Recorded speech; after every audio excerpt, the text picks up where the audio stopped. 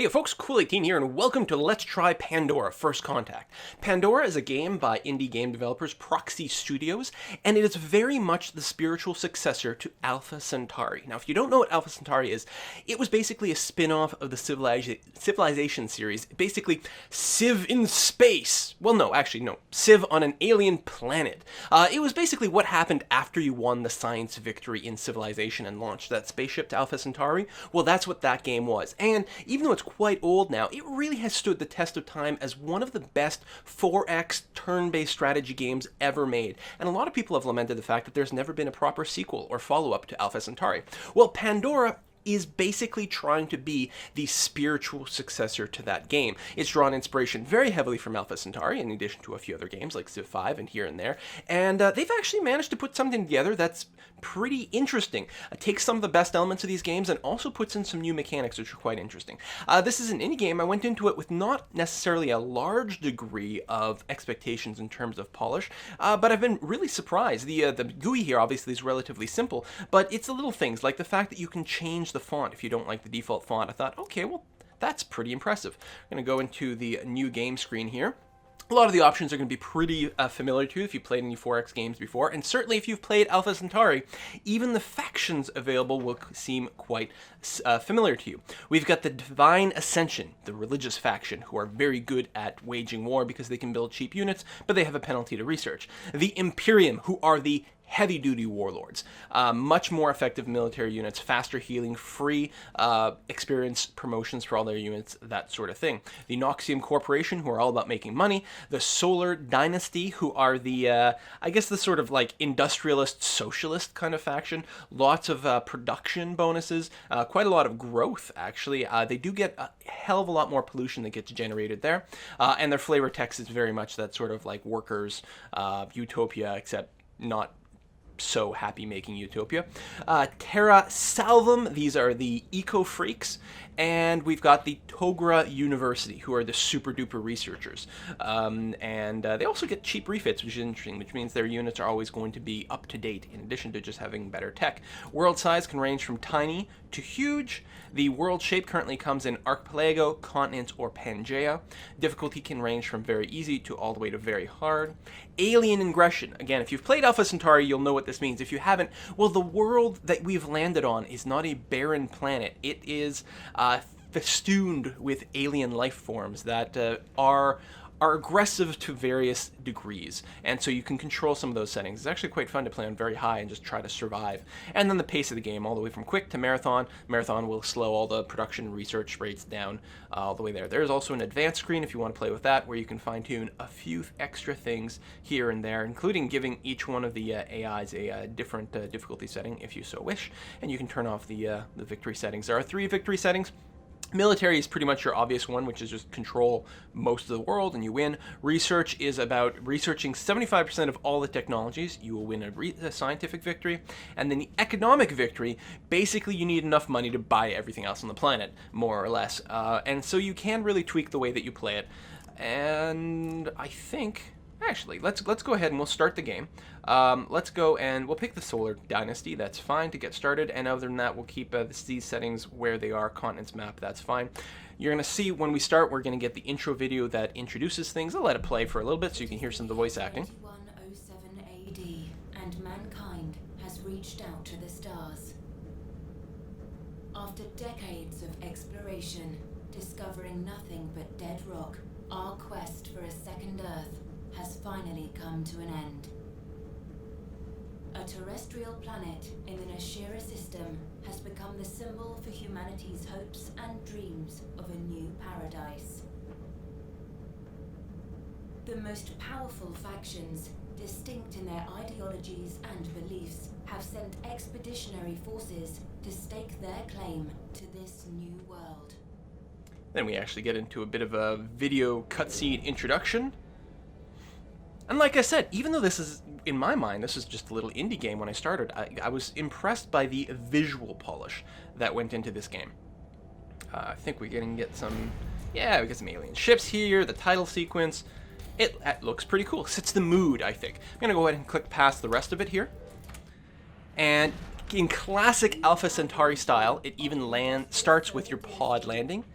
and are large in flavor numbers, text. and you control them with absolute authority by suppression and censorship. It is your doctrine that planetary sovereignty is achieved on the back of a strong industry. And if people or planet have to suffer for the greater goal, so be it. There we go in your stats. So this was a big thing that made Alpha Centauri so amazing back in the day, is cool quotes all the time and lots of voice acting, which is something that you'll also be familiar with if you played Civ 4 and Civ 5. But there's almost, I think there's more of it in this sort of thing. We can get extra details about our character, more quotes, we can get about the other factions as well. So the map, I think, looks pretty good. Here, obviously, it gets a little hazy with the clouds, which to me is a kind of an odd effect. But other than that, I mean, I like the crystals, I like the trees, the forest. You can tell what's going on. You've got the mouse over mechanics that work pretty well. And here are units. We actually start with the former because we're playing as the solars. Normally, you wouldn't get this, just the colonizer and one colony trooper. The sound of the birds is beautiful. And if we've got our colonizer selected, we can see some of the yield of the different terrain around here. So we're just going to go ahead and colonize in place, and we'll talk about some of those things. Ooh, we've got some isogen fields here. Very nice. So This city is what it is because our citizens are what they are. we get more flavor text, more quotes, more descriptions. And now let's go into the city itself. So one of the new mechanics that's been introduced to the game is these pooled resources. You can see in the top left corner here, we've got food, minerals, research, and credits. And you may be used to the idea of research and credits being pooled, but the minerals and food are also pooled across your entire empire. And we'll take a look very quick at exactly why that works or how that works. And this is the biggest change from other 4X games. I don't think I've seen this exact mechanic in place before. So right now in our capital, we have one population unit, and right now it's been assigned to be a scientist, but he can be assigned to all these different slots. 4 different slots, which is again something that I don't think I've seen before. And you don't assign them to tiles directly. What happens is if you assign this guy to be a farmer, then he'll automatically grab the tile with the highest amount of food production. So right now that's our center tile. This ocean would also produce 2, and here as well, right? But everything else only produces 1. So he grabs one of the 2 food tiles and starts working there. But you can see the number of food, or the food icon, is brighter than the mineral one. If I take them off, you'll see that the food dims. So you can see that it's being worked there. But this guy's only working the food. If I were to assign a miner, then it'll work the highest mineral field, which happens to be this one. But the point I'm trying to make is you can have 2 people working this tile, basically. If you assign a farmer, they'll work there, and then a miner, well, after working this tile, the second miner will almost certainly work this tile as well. So each one of these spots is a kind of a slot for your population. Now, only these first 2 slots here use an actual tile to work. Some people refer them as outside jobs. You can see we can assign up to 7 farmers right now, and that corresponds to the fact that 7 of these tiles actually have food production. In fact, well, every single one of these tiles has food production. That works out to 7. Only 4 of them generate minerals. This one, this one, this one, and our center tiles, which is why there's only 4 slots for miners as well. Now, 2 of these will actually only produce 1 mineral each, so they're probably a low priority to mine. The 4 slot is obviously very good. The 2 is decent. We can use our former, which we have right here. We can move them onto this hill and build a mine there. And you can see the mine will produce +1 mineral. So all of a sudden that becomes another decent tile to work. The farm is kind of interesting, or sorry, not the farm, the forest. There are farms. Farms will do +1 food, which will make this tundra not totally crap, although it still won't be a very good tile. The forest tile is interesting. It only produces 1 food and 1 mineral, which actually makes it pretty low value to work directly right now. Is the Eco Freak faction. They actually get +1 mineral when they work in forest, so the forest tiles are very, very good for them. But the big thing about it is forests also give -1 pollution, and this happens automatically. This isogen field actually gives +1 pollution automatically, so luckily this site happens to balance out. And pollution, what it does, the more you get, the more it impacts your morale. So you do have a morale meter here, so for every point of morale that you have, your production is increased by 5%, and if you go into negative morale, then you lose 5%. And pollution is the biggest contributor to morale that I've seen to date. The university faction, the Torga, they actually start off, I think, with 2 less morale everywhere, just because they need a little bit more entertainment to keep themselves occupied. So the farmers and miners here that you can assign, the stuff they produce doesn't do anything by itself. Like if I go back to the miner one, and because hey, it's a great tile, we get 4 minerals, that gets added up here, and this is globally adding. My entire empire currently has 10 minerals in the bank and will produce 4 minerals per turn. These minerals don't do anything by themselves. If you want to produce anything, so for example, if we were to queue up a colonizer here so we can get another colony, right now it would take 32 turns. And we do get a certain amount of production from our headquarters by itself. The headquarters is producing 2 production per turn for free. Well, I could take this miner and move him into the worker slot. Workers, and you can see if you look at the gears that are being produced there, workers, I think they normally produce 2 gears, 2 points of production per, but because of who we're playing, we get 50% more from our workers. So he's actually going to be producing 3 units of production. And that cuts down the amount of time needed to build a colonizer dramatically, but you may have noticed in the corner here, the minerals are now negative, whereas we used to be ahead 4 minerals per turn, which makes sense. We're just sitting here producing 4 minerals right here. By moving him, well, let's move into the science slot first of all. So obviously we lose the +4 because we're no longer working this tile.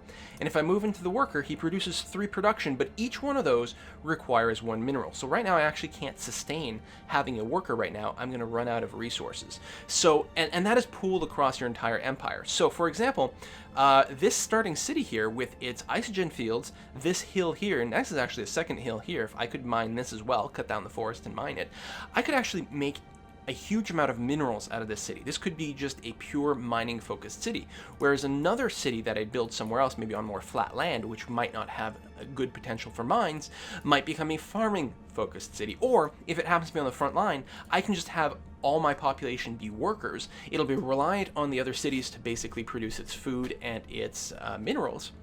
But it opens up some cool possibility for production there. You've also got the scientist, which doesn't consume any resources. He just by default creates 2 extra research. Again, we get 2 for free from our headquarters. So with that in mind, let's go and talk about the research tree over here. So the research tree, very standard sort of 4xy thing. Now we can't go too far to the right now, and that's because it only shows us 2 levels ahead. We can't see exactly what's going to happen further down. You may have noticed though when we were setting up the new game, one of the options in the advanced menu was to determine how far into the tech tree we could look. So if this sort of idea doesn't appeal to you, then you can adjust that. But to me, I think this is almost a callback to the default tech mode in Alpha Centauri, which was rather blind research. Most players prefer to play with that mode off and instead have directed research where they saw the whole tech tree.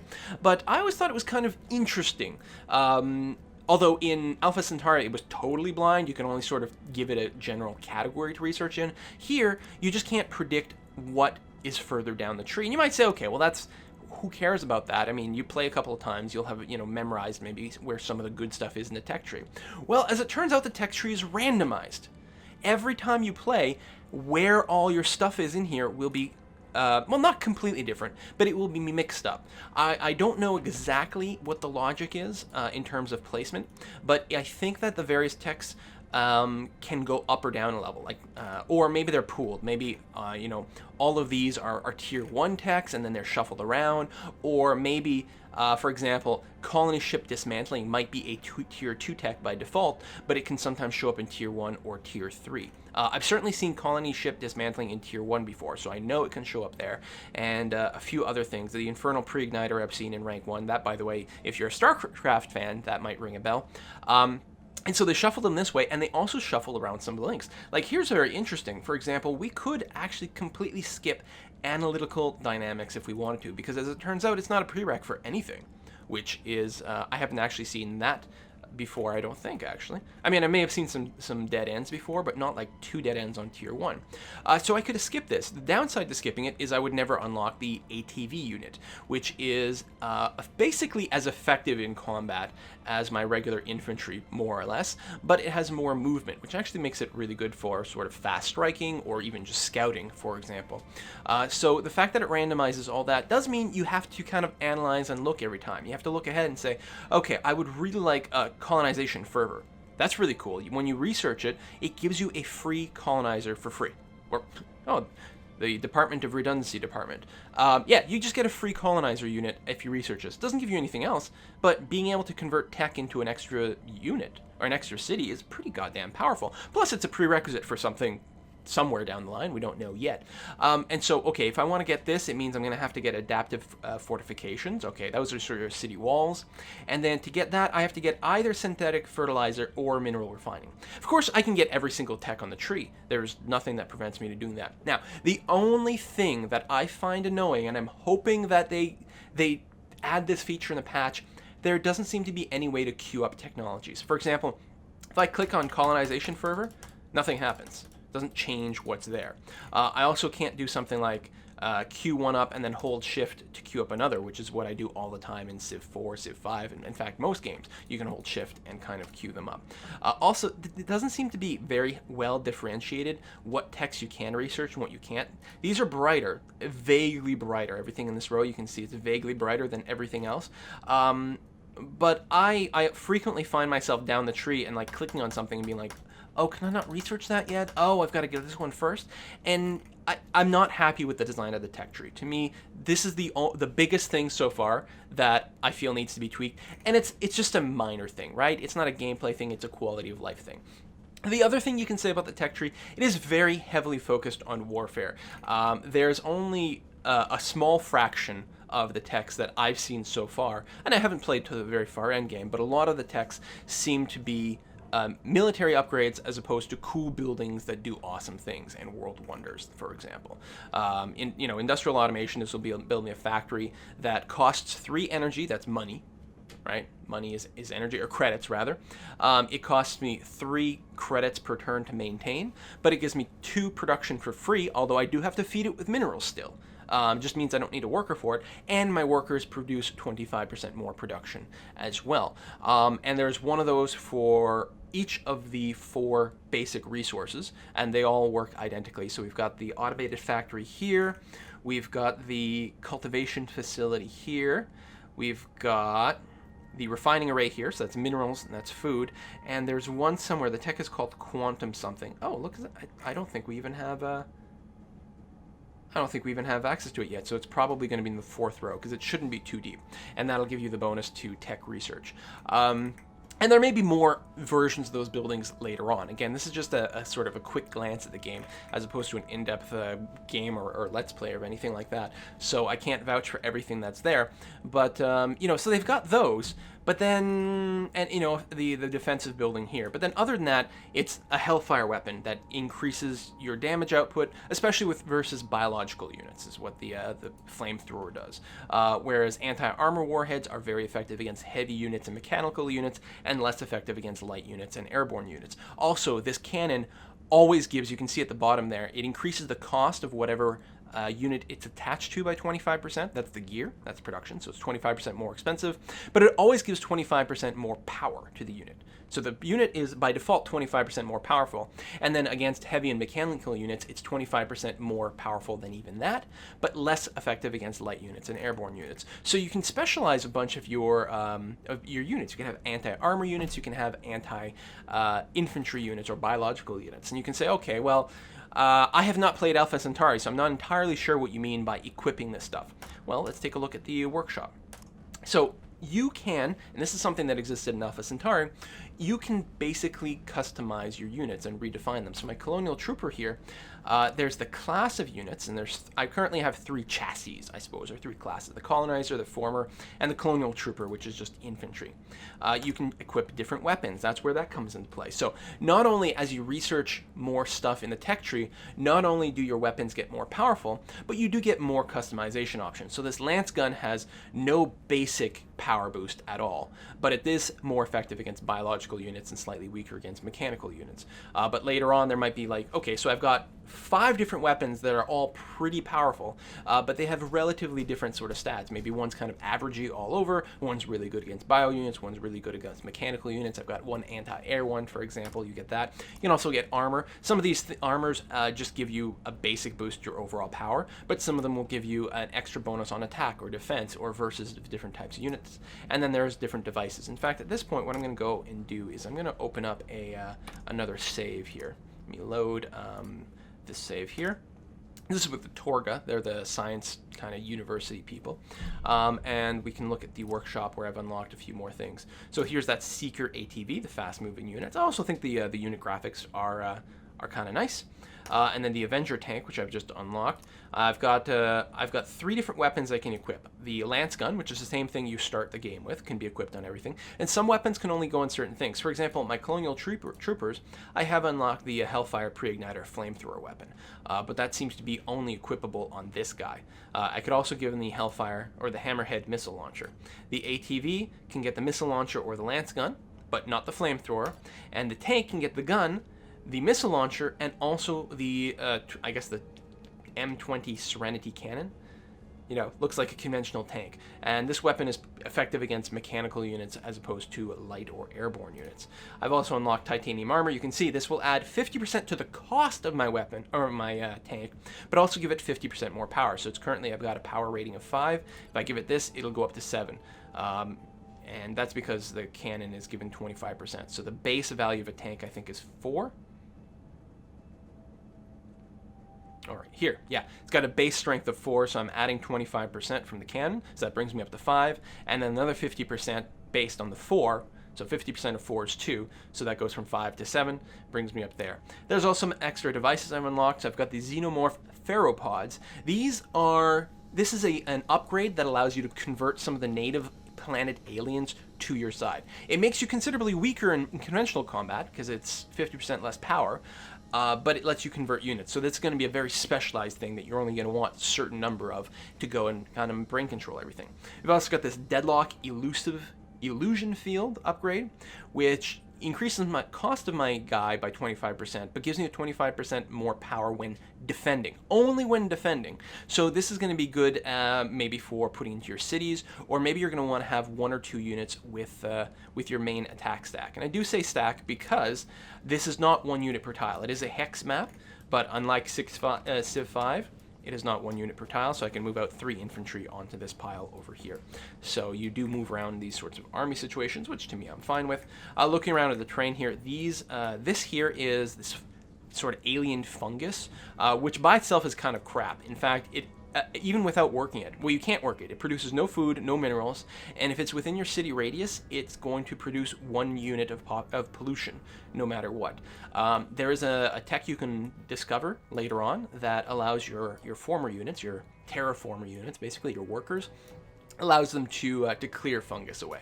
There may or may not be other techs later on that will actually let you work the fungus and get benefit from it. One annoying thing right now is if I put if I have a unit that starts a turn in fungus, they take a certain amount of damage, and that really sucks. You can see some of the aliens wandering around here. We've got a Galleth over here, which is strength 8, very beefy unit, very scary. We've got some Sites over here, or Skites, I don't know. They're only strength 2. So I could actually, if I can reach one, I could take it out. So it's giving me a 100% victory chance. It looks like I'm going to take 44% casualties in my Colonial Troopers, but I will win the fight. Guaranteed I will win the fight. It's just estimated how much damage I will take in return. Oh, there's the flamethrowers. Almost looks more like I'm spraying orange juice, but that's okay. So there we go. I just killed that unit, and now I'm down to 1.5 strength instead of my full 2.5, which is what those guys would have been. I've also left my city undefended, so let's go and reinforce that there as well. There's no ability to auto-explore with the units, which makes me a little bit sad because I do like that feature, but your terraformers do have an automation mode, but you might want to manually control it. And again, we saw in the first save that there are some terrain features that really have some pretty humongous features. One of the examples here is the observatory here, which anytime you move a unit in, it gives you great vision, a huge vision radius, but also this gives me 50% more science by having an observatory in my city radius, which is a huge thing to grab. We've got the Xenite flowers over here, which give you 2 food, which is not bad. It's not great, but it's not bad, but also gives me 50% more production in that city, which is very powerful. You can see a little icon on the actual, or no, that's the production. Never mind.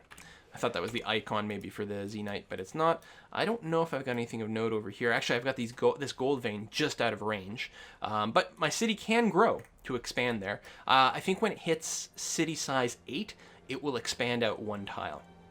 There's no culture mechanic. There's only as your city gets to a certain size, it will expand out. This little flag determines where it's going to expand to. I can move the flag around, but I will leave it right here. So yeah, when my population reaches size 8, which should happen in 62 turns, then I will grow here and I'll pick up that. And there's a few things you can do to tweak how your population growth happens. So let's go look at some of the other menus down here. The compendium, that is just your encyclopedia. You can learn about the different factions, all their bonuses. Their bonuses are really strong. I mean, 50% more production, 50% more research, just an example. They're potentially overwhelming. However, I will take this moment to note that most, if not all, of these sort of game features are just present in XML files and are highly moddable. It's very easy to tweak all these numbers if you don't like them, and I'm sure there's going to be a mod community built up around this game as well.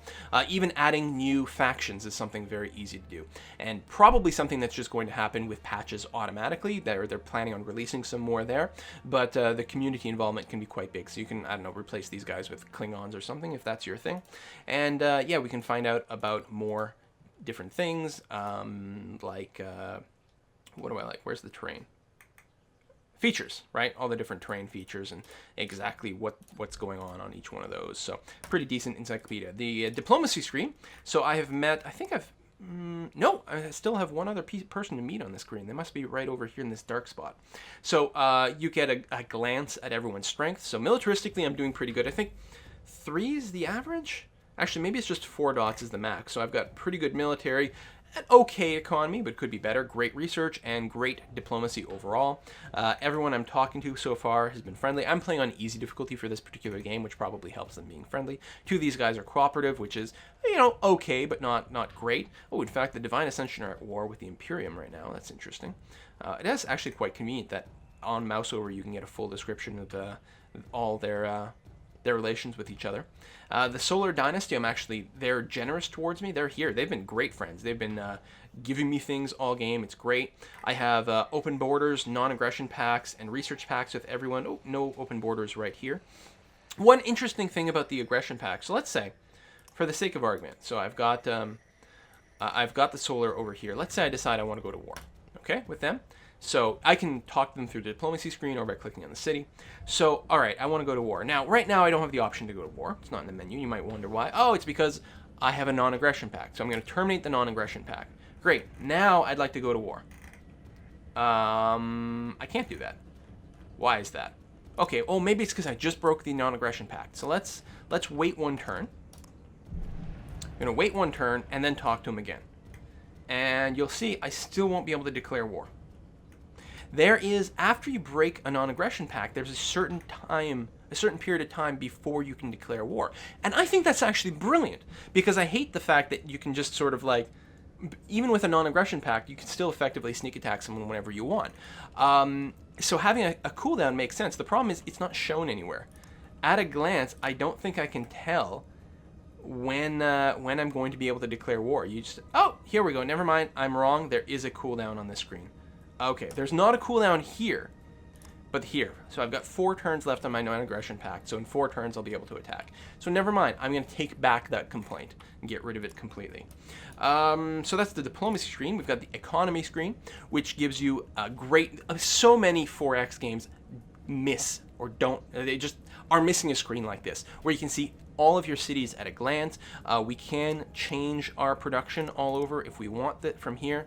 I don't think we can, we can't move people from one city to another, although they may move on their own. If there's a big difference in morale between different cities, which can especially happen if you've got a new city, they tend to start off with an okay morale, and your big cities that are overcrowded tend to have negative morale. So you can actually have people move from one city to another, which I like. It helps rebalance your empire. It's kind of cool. These little lock icons, when a new unit of population pops up in the city, they will try to place it in a reasonable fashion, perhaps based on what you need, or also maybe just based on what are your most efficient tiles. But let's say in Derek over here, I think I only have 2 really good mining spots, so I know I'm not going to want any more miners assigned here. There's spots with like 1 mineral each, but that's crap, so I don't want that. So I can actually just lock it, and colonists will never get auto assigned there. I don't believe they will change their jobs on the fly. It's just new units will get assigned somewhere intelligently, so that will force them to get assigned somewhere else. So there's going to be a little bit of micromanagement of doing this, but I have found it's not too bad, because you're not having to optimize each individual city to, like, not starve, for example, right? Individual cities don't have food. It's your empire-wide. Like right now, I'm at -3 food empire-wide, so I know that I need to get more farming on, except that I do have a store of 74, so I'm actually not going to starve for quite some time. But so if I wanted to, I could grab some people and move them into the food production slots, or this might be a good time to actually click into my city. Close this, and do check them one at a time to see if these cities have good food slots at all. Like 2 is okay. I'd much prefer a good flat land with a farm. Like here, for example, there we go. There's a good example. So we're working the center tile for 3, but there's a nice 3 here. So that would actually be an excellent candidate for, maybe I'll move off this one worker, put him into farming for now, and then get that going there. But you don't really have to fiddle that much. And overall, I think it's a pretty big win.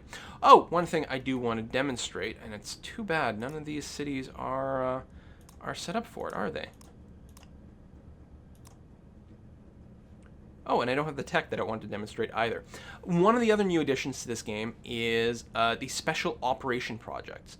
The colony uplink, or the recon uplink, does demonstrate some of that. We'll see if we can fast forward 5 turns here. Let me just lock everyone in place and then fast forward until that gets complete. I think it'll give me a scan right away. There might be a cooldown. I'm not sure. I gotta choose a research. Let me just, again, go through this really quick to show you how this operation works. I'm actually surprised I didn't have another tech, actually. Where would that tech be? Field training. Oh man, it's level 1 tech. Okay, well, we can research that real quick. And actually build wealth for a sec. If we can get some extra money. You can also adjust tax rates in your economy here. Oh good, we did finish the satellite uplink, although it looks like it doesn't give me the operation right away. Darn it. Give me a moment. Let me build this field training real fast. 2 turns. It's a very, very cool feature, and it's definitely worth demonstrating. Let me just grab something expensive over here. There we go. Okay. Ooh, one of the colonies has been eliminated. How about that?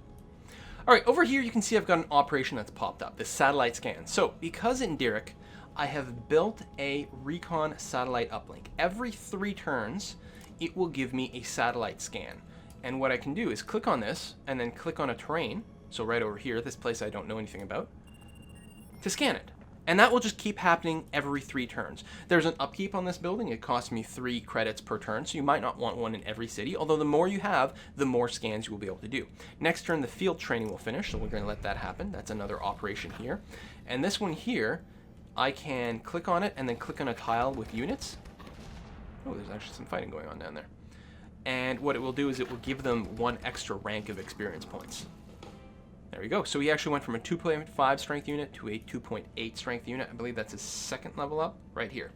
Yeah, he's rank 2 of 10, and each rank gives him 10% more power. So ranking up units is very powerful. And the field training actually does an entire stack. So what you want to do is, get a whole stack and give a bunch of things experience points over and over and over again. And you can keep queuing those up. This is unlike the building gives me an operation every 3 turns. The field training is an operation I have to build individually. And you can have a couple of them queued. I'm pretty sure that I had like 2 or 3 of them sitting here at some time as I was accumulating all my forces on the border and then giving them a whole bunch of upgrades. And flavor-wise, I think it's great. It makes great sense that you could organize field training, give people more experience points. I think that's fantastic. And certainly later on in the tech tree, there's going to be more and more types of operations. Again, I haven't gone, cloning center operation. +4 growth in a city for 10 turns. Well, that's very cool, actually. Defense network. So I don't know. Oh, an improvement over the flamethrower. Very cool. Heals all units in territory instead of only self. Very nice. Oh, there we go. There's the upgraded mining places. So, drone excavation center. It's interesting in that these excavation centers and so on give you a free amount of resources, so 4 minerals for free, and make your miners more effective at +50%. Because you almost want one or the other. It's almost like I want a half-price building that just gives me a flat amount of minerals, which I'd probably build everywhere, and I guess that's the logic, because that part it's almost free. You build it everywhere, of course. And then on the flip side is you only want the plus 50% mineral boost in cities that are going to have a lot of miners, for example. Planetary awareness. Oh, so this is an advancement. It just gives you a flat benefit. No need to build it. It just gives me -2 pollution, presumably everywhere, which that is very strong. So there's a lot left to the tech tree, and I guess there was a little bit more non-combat-y stuff than perhaps I was giving it credit for, because certainly some of these are very interesting. So there's the military screen, which just gives you a listing of your units. It's also very handy to do quick refits here. Yeah, we can sort by design by default, or sort by a bunch of different things. Refitting does mean when you've got an upgrade. So if I go into my workshop here, and I grab the Colonial Trooper, and in fact, I'm going to create a copy of this Colonial Trooper. That way, I'll have one version with the hammerhead and titanium armor. And then I'm going to have another version over here, which is just the Hellfire version. So this is going to be the Firebat, which I can rename. So now I've got two infantry guys, and they're different. So now I can either grab an infantry guy directly and then click the refit button, or from the military screen, same thing. I can grab one of these guys. So these are all flamethrowers already. But let's say I want to turn one of these with high experience. I want to refit him into the version that's got the hammerhead missile. So I can do that. It costs me money, but boom. So now he's been refit with the hammerhead missile. These guys still have their old name, but they're basically the Firebat. That's why the Firebat wasn't present in the list. And there are no compatible designs for my ATV. But if I went into the workshop and either just tweak this guy, so install some missiles on now because it's different, it's possible to do an upgrade there. So I like that tool. I think it works great. We've looked at the research screen, the workshop, and then the events is just your event log of everything that's happened in the game. And you can always click on positional stuff to get warped to that area in the map. If you get a research, you can click on that. If you get a production somewhere here, it'll bring you to the city. And these pop-ups always happen in the bottom right corner here. You can see if I skip another turn. So Derek has finished producing field training. So if I click on that, oh, it'll actually shortcut to the field training as opposed to the city, which is very cool. And again, here we can see, so right now I've got troopers that have level 1, 1, and 3. So if I do the field training here, I've got 2, 2, and 4. So you want to stack them up as much as possible when you do the field training. Very powerful. You might want to have one city that just does nothing but field trainings as much as possible and just keep it going wherever you have it. Anyway, that is this quick look at Pandora. It's not too pricey. I'll put the links down below. It is not available on Steam. It is sold through I think the Slytherin.com website and the Matrix Games website. You may recognize those names as people who put out Distant Worlds, for example, publish Distant Worlds. So they really do support a lot of indie gaming. And this game has not crashed on me once. It did have a long beta, almost a year, I think, for the beta. So I'm pretty impressed by that. I would like to see, more and more and more content for it. Like, keep patching it, keep giving me expansions. I could play this game for a long time. I feel like vanilla, as it is now, I might lose interest after a couple of games, but that's not terrible. But if they keep feeding this game, this could potentially be a masterpiece in the long term. And again, certainly polished and clean, and I'm very impressed by this indie effort. So that's the quick look at this game. See you next time, folks. Bye-bye.